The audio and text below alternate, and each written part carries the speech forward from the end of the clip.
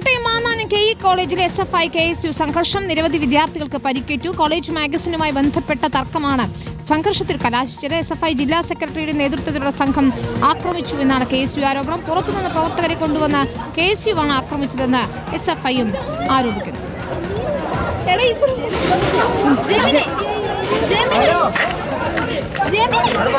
അഖിലാണ് ചേരുന്ന വിശദാംശങ്ങളുമായി. അഖിൽ, കോളേജ് മാഗസിനുമായി ബന്ധപ്പെട്ട തർക്കം അത് തെരുവിൽ തമ്മിൽ തല്ലുന്നതിലേക്ക് എത്തിയെന്നാണ് മനസ്സിലാക്കുന്നത്.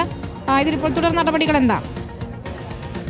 വിനിത, തീർച്ചയായും ഇന്ന് ഉച്ചയ്ക്ക് 1:30 കൂടിയാണ് ഈ സംഭവം ഉണ്ടാവുന്നത്. ഇത് KE കോളേജിന്റെ ക്യാമ്പസിൽ ഈ മാഗസിൻ ഇറക്കാത്തതിനെതിരെ KSU ഒരു പോസ്റ്റർ രാവിലെ, ഒരു ഫ്ലെക്സ് ബോർഡ് രാവിലെ കോളേജിൽ വെച്ചിരുന്നു.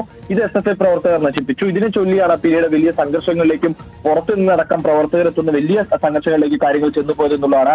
SFIയുടെ ജില്ലാ സെക്രട്ടറി ആഷിഖും അതുപോലെ തന്നെ ഏരിയ കമ്മിറ്റി അംഗങ്ങൾ വ്യക്തി ആക്രമിച്ചു എന്നുള്ള ഒരു ആരോപണമാണ് KSU ഉന്നയിക്കുന്നത്.